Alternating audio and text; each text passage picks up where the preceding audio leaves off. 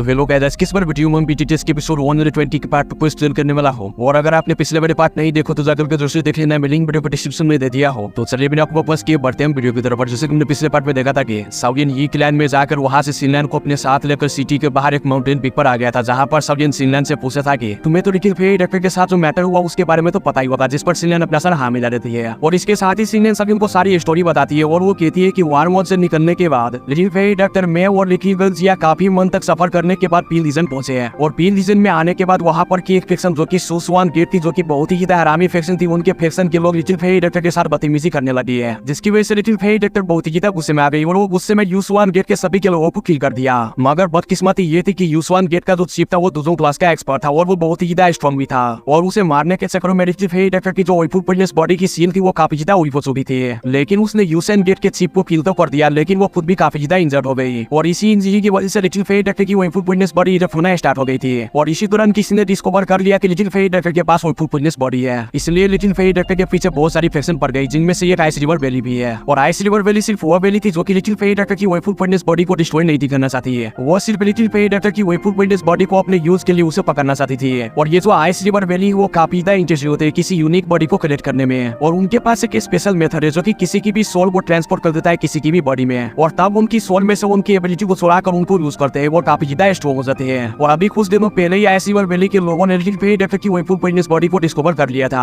और उन्होंने little fairy doctor से फाइट करके उन्हें और भी काफी सीरियसली इंजर कर दिया। और फिर इसके साथ ही सिनलैन साउयन से माफी मांगते हुए कहती है कि बिग ब्रदर साउयन मुझे माफ कर देना, मैं किसी भी तरीके से लिटिल फेरी डॉक्टर की हेल्प नहीं कर पाई है। और ये सब देखकर सिनलैन रोना स्टार्ट कर देती है, जो देखकर साउयन उसके सर पर हाथ रखते हुए बड़े प्यार से उसे कहता है कि तुम्हारी इन सब में कोई भी कसूर नहीं है, और तुम मुझे ये बताओ कि तुम्हें पता है कि अभी लिटिल फेरी डॉक्टर कहाँ पर है। जिसके साथ ही सिनलैन अपना सर हाँ में हिलाते हुए साउयन को बताती है कि अभी हाल ही में सिस्टर लिटिल फेरी डॉक्टर ने मुझे इन्फॉर्मेशन भेजी थी अपनी करंट लोकेशन की, और उन्होंने बताया था कि उन्हें आइस रिवर वैली के लोगों ने हर तरफ से घेरा हुआ है। जो सुनकर साउयन जल्दी से सिनलैन से पूछता है कि अभी के लिए वो कहाँ पर है, जिस पर सिनलैन साउयन को बताती है कि अभी के लिए वो फॉरेन गॉड स्टेम में है। और फिर इसके साथ ही सिनलैन बड़े आराम से साउयन से पूछती है कि बिग ब्रदर साउयन अभी के लिए हमारा प्लान क्या है। जिसके साथ ही साउयन उसे कहता है कि फॉरेन गॉड स्टेम हमें वहाँ पर जाने के अलावा और कोई रास्ता नहीं और हमें वहाँ पर जल्दी पहुँचना होगा। जो सुनकर सिनलैन साउयन से कहती है कि तो ठीक है, मैं भी आपके साथ जाऊंगा और मैं आपको रास्ता दिखाऊंगा, क्योंकि उस फॉरेन गॉड स्टेम में जाने के लिए इतना भी आसान नहीं है, वहाँ पर बहुत सारे खराब रास्ते हैं, जिसकी वजह से लिटिल फेरी डॉक्टर को ढूंढना थोड़ा मुश्किल है। लेकिन मैं उन्हें ढूंढूंगा, मेरे पास एक रास्ता है। जिस पर साउयन अपना सर हाँ मिला देता है। लेकिन तभी साउयन को लिटिल जिया की आदत देती है और वो सिनलैन से पूछता है कि अभी के लिए लिटिल जिया कहाँ पर है। अब लिटिल जिया का नाम सुनकर सिनलैन काफी हैरान होती है और वो परेशान होते हुए साउयन से कहती है कि वो तब से मिसिंग है जब हम पील रीजन में आए हैं। जो सुनकर साउयन के एक्सप्रेशन बिल्कुल सुन होते हैं और वो जल्दी से सिनलैन से पूछता है कि मिसिंग कहाँ गई, वो उन्हें कुछ हुआ तो नहीं। जिसके साथ ही सिनलैन साउयन को बताती है कि उसने जो लिखा हुआ था उसमें नहीं था बताया कि वो मिसिंग होने वाली है, लेकिन उसने हमारे लिए एक मैसेज छोड़ा था जिस पर उसने लिखा हुआ था कि मुझे कुछ सेंस हुआ है और मैं अपने घर वापस जा रही हूँ। अब ये बात सुनकर साउयन बहुत ज्यादा हैरान हो जाता है और वो कहता है कि घर जा रही वापस, उसका कौन सा घर है वाला। और इसके साथ ही साउयन काफी ज्यादा सोच में चल जाता है और वो ये तो जानता था कि लिटिल जिया का बैकग्राउंड काफी ज्यादा स्ट्रॉन्ग है, तो इसलिए उसका क्लैन भी काफी ज्यादा स्ट्रॉन्ग ही होगा, तो वाला उसका क्लैन है कहाँ पर। और फिर इसके साथ ही साउयन सिनलैन को पकड़कर हवा में उड़ जाता है और इसके साथ ही वो कहता है कि लिटिल जिया को मैं बाद में ढूंढूंगा, पहले मुझे लिटिल फेरी डॉक्टर के मैटर को रिजर्व करना होगा, उसे बचाना होगा। और ये कहते ही साउयन नॉर्थन स्काई की तरफ बहुत ही तेजी से मूव करना स्टार्ट कर देता है और थोड़ी ही देर में साउयन फॉरेन गॉड स्टेम में पहुंच भी जाता है और वहाँ एक रॉक पर सिनलैन के साथ खड़ा हो जाता है। और फिर इसके साथ ही सिनलैन साउयन को लेकर एक रास्ते से लिटिल फेरी डॉक्टर को ढूंढने के लिए निकल जाता है। और अभी वहाँ फॉरेन गॉड स्टेम में आइस रिवर वैली के लोग हर तरफ फैले हुए थे, लेकिन वहाँ पर के मौजूद कोई भी लोग साउयन को कुछ भी नहीं कहता, क्योंकि उन लोगों को लग रहा था कि ये लड़का यहाँ पर आइस रिवर वैली के वार की वजह से ही आया है और यहाँ वही फुल फिटनेस बॉडी पोजेस करने वाली लेडी को पकड़ने के लिए आया है। और अब इसके साथ ही यहाँ पर से सीन सिपुदारम देते हैं फॉरेन गॉड स्टेम की एक जगह को, जहाँ पर आइस रिवर वैली का एक किलर कह रहा था कि पॉइजन लेडी तुम मेरे साथ आइस रिवर वैली चलो, अगर तुम ऐसा करती हो तो शायद तुम जिंदा रहो, क्योंकि हमारी आइस रिवर वैली की जो जोन फोर्स है वो तुम्हारी बॉडी में जम चुकी है, और अगर इसका एंटीडोट तुम्हें टाइम से नहीं मिला तो हमारी आइस रिवर वैली की ये जोन फोर्स तुम्हारी लाइफ फोर्स को पूरी तरीके से जमा कर रख देगी और तुम एक मंथ के अंदर अंदर बहुत ही दर्दनाक तरीके से मारी जाओगे। इसलिए बेहतर होगा कि तुम हमारे आइस रिवर वैली में चलो, हो सकता है कि तुम्हारे पास सर्वाइव करने का कोई चांस और तुम बच जाओ। जो सुनकर इधर लिटिल फेरी डॉक्टर बहुत ही गुस्से में उस बंदे की तरफ देखकर गुस्से में कहती है कि इससे पहले कि मेरी लाइफ फोर्स भी जाए मैं उससे पहले ही अपनी वही फिटनेस बॉडी को डिस्ट्रॉय कर लूंगी और तब के टाइम तुम्हारे आइस रिवर वैली के हत्या कुछ भी नहीं आएगा। जो सुनकर वो इधर बहुत ही गुस्से में जाता है और वो लिटिल फेरी डॉक्टर पर आइस क्रिस्टल बनाकर अटैक करना स्टार्ट कर देता है। अब ये चीज देखकर लिटिल फेरी डॉक्टर काफी ज्यादा गुस्से में जाती है और वो अपनी सारी औरा को अनलिस्ट कर देती है, जिससे उस एल्डर का अटैक अंदर स्पॉटी खत्म हो जाता है और उसमें से क्रिस्टल उड़कर उसी पर लग जाता है, जिससे उसके चेहरे पर एक स्कार पड़ जाता है। अब ये चीज देखकर वो एल्डर काफी ज्यादा गुस्से में और चिल्लाते हुए कहता है कि तुम जितनी ज्यादा अपनी दावकी का यूज करोगे उतनी ही तेजी से हमारी आइस रिवर वैली का आइस पोजन तुम्हारी बॉडी में हर तरफ फैलेगी। जो सुनकर लिटिल फेरी डक्टर के स्माइल के साथ उसे कहता है कि तुम्हें क्या लगता है कि मुझे इस चीज से कोई फर्क पड़ता है। और ये कहकर लिटिल फेरी डक्टर अपनी वहीफुल पोजियस बॉडी को सेल्फ डिस्ट्रॉय करना स्टार्ट कर देती है, यानी कि वो खुद को डिस्ट्रॉय करना स्टार्ट कर देती है। लेकिन तभी वहां पर आइस रिवर वैली का एक और एल्डर होता है जो कि अपनी 9 फीट आइस सील का यूज करके लिटिल फेरी डक्टर को वहीं पर जमा देता है। और फिर वो उस एल्डर से कहता है कि एल्डर बिंग वन तुम काफी ज्यादा केयरलेस हो, अगर ये लड़की खुद को सेल्फ डिस्ट्रॉय कर लेती तो हम आइस रिवर वैली के चीफ को क्या जवाब देते हैं। जिस पर वो एल्डर बिंग से कहता है कि मुझे क्या पता कि ये लड़की ऐसा भी कुछ करेगी।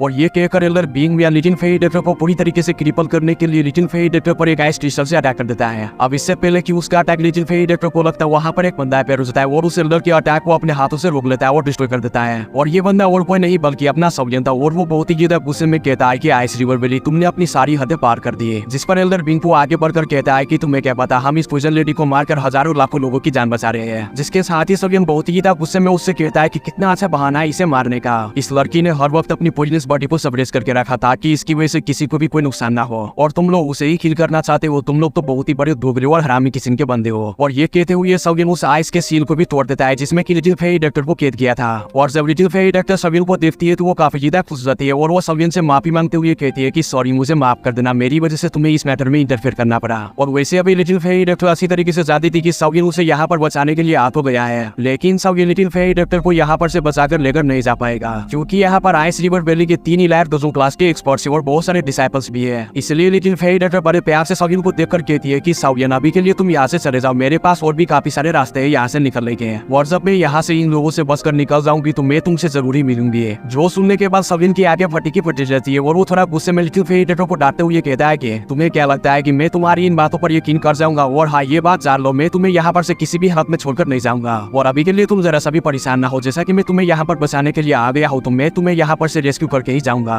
अब सवियन की ये बात सुनकर लिटिल फेरी डक्टर थोड़ा रिलैक्स हो जाती है क्योंकि उसे पता था कि सवियन कोई भी चीज बिना मतलब के नहीं करता और सवियन जो चीज एक बार ठान लेता है वो उसे पूरा कर ही लेता है। अब इधर एल्डर बिंग सवियन की ये बातें सुनने के बाद सवियन से कहता है कि जरा मैं भी तो देखो कि तुम्हारी ये कॉन्फिडेंस कहाँ से निकल रहा है। लेकिन उन्हें क्या पता सवियन का ये कॉन्फिडेंस किसी और चीज से नहीं बल्कि उसकी ट्रपंती से निकल रहा है। और अब इसके साथ ही इधर बिंग वन की तरफ देखकर उसे कहता है कि तुम खड़े खड़े कर क्या रहे हो, जल्दी से इस लड़की पर अटैक करो और इस मैटर को रिजॉल्व करो क्योंकि अगर ये लड़की हमारे हाथों से निकल गया तो हमें काफी हैवी पनिशमेंट मिलेगी। जो सुनकर एल्डर बिंग वन अपनी सारी आइस और को अनलीज करके अपने हाथों पर आइस की दावकी को बाहर निकालकर उस आइस की दावकी से गोल गोल व्हील बनाता है जो कि किसी ब्लेड की तरह शार्प था। और फिर एल्डर बिंग वन उस आइस की व्हील को बनाने के बाद उससे लिटिल फेरी डक्टर पर अटैक कर देता है। जो देखकर सवियन लिटिल फेरी डक्टर को अपने बाहों में लिए और डिमन पपी को बाहर निकाल लेता है और सवियन का और डिमन पपी उसके उस अटैक ऑन द स्पॉट ही खत्म कर देता है। जो देखकर एल्डर बिंग वन की पूरी तरीके से फट जाती है और वो डरते हुए कहता है कि ये तो एक एंसेस्टर डिमन पपी है क्योंकि अभी के लिए सवियन का और डिमन पपी दोजों क्लास के 7 स्टार पर था जिसे देखकर एल्डर बिंग की भी पूरी तरीके से फट जाती है। और अब इधर सवियन अपने और डिमन पपिट को उस एल्डर को किल करने का ऑर्डर दे देता है। अब जैसे ही सवियन का और डिमन पपिट ये ऑर्डर सुनता है तो वो फौरन ही एल्डर बिंग वन पर अटैक कर देता है। और अब इधर एल्डर बिंग वन जब देखता है कि उसका पपिट उस पर ही अटैक करने के लिए आ रहा है तो वो जल्दी से अपने आसपास एक आइस बैरियर बना लेता है। लेकिन सवियन का और डिमन पपिट उसके उस बैरियर को एक ही झटके में तोड़ देता है जिससे एल्डर बिंग वन काफी पीछे जाकर गिरता है और वो खून का उल्टिया करना स्टार्ट कर देता है। जो देखकर एल्डर बिंग वन समझ जाता है कि वो इस पपिट का सामना नहीं कर सकता जो कि एक ही फटके में मेरे पिछवाड़े से खून निकाल दिया हो। इसलिए वो जल्दी से एल्डर बिंग से कहता है कि तुम इस लड़के को जल्दी से किल कर दो क्योंकि वो ही इस डिमन पपिट को कंट्रोल कर रहा है। और जब बिंग ये चीज सुनता है तो उसके एक्सप्रेशन बिल्कुल चेंज हो जाते हैं और वो काफी ज्यादा हैरान हो जाता है सवियन की इस टैक्टिक्स को देखकर। और वही ये चीज सुनकर लिटिल फेरी डक्टर सवियन के सामने आकर खड़ी हो जाती है और वो सवियन से कहती है कि सवियन तुम इस बिंग एल्डर को मेरे ऊपर छोड़ दो, मैं इसे देखता हूँ, तुम बाकी को संभालो। अब लिटिल फेरी डक्टर की ये बात सुनकर सवियन पूरी तरीके से शॉक हो जाता है क्योंकि अभी लिटिल फेरी डक्टर बहुत ही ज्यादा सीरियसली इंजर्ड था।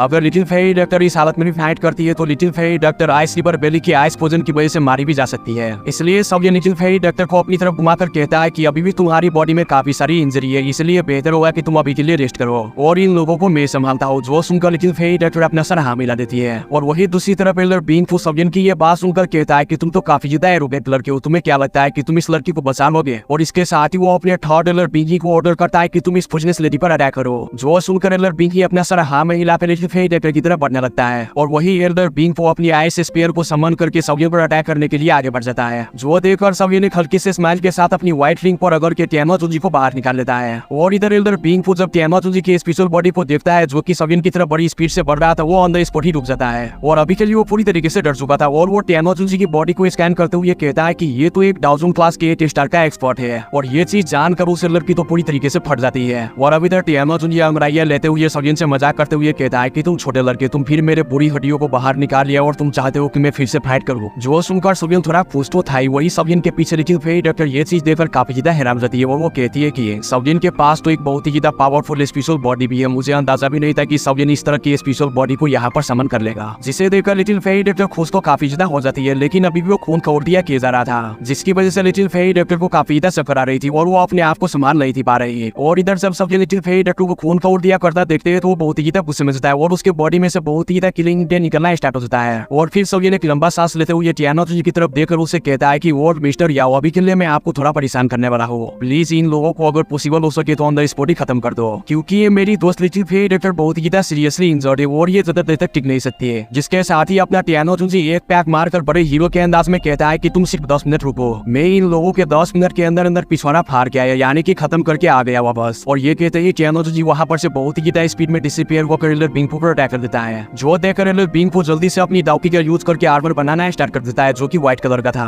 और इधर ये चीज देखकर टियानोजी को घंटा भी फर्क नहीं पड़ता और वो अपना घंटा एल्डर बिंगफू के पिछवाड़े में आकर घुसा देता है। और फिर टियानोजी उससे कहता है कि तुम काफी ज्यादा स्लो हो, तुम टेंशन मत लो, मैं तुम्हें धीरे धीरे मारूंगा और हाँ, हम तुम्हें बाद में भी मार लेंगे। पहले ये वीडियो खत्म हो गया है तो जाकर के पहले वीडियो को लाइक कर दो और गाइस चैनल पर नई और पहली बार है तो चैनल को भी सब्सक्राइब कर दो। और मैं मिलता हूँ आप सभी से बहुत जल्द अगली बारी वीडियो में, तब तक के लिए बेस्ट यू खाओ पियो और मस्त रहो।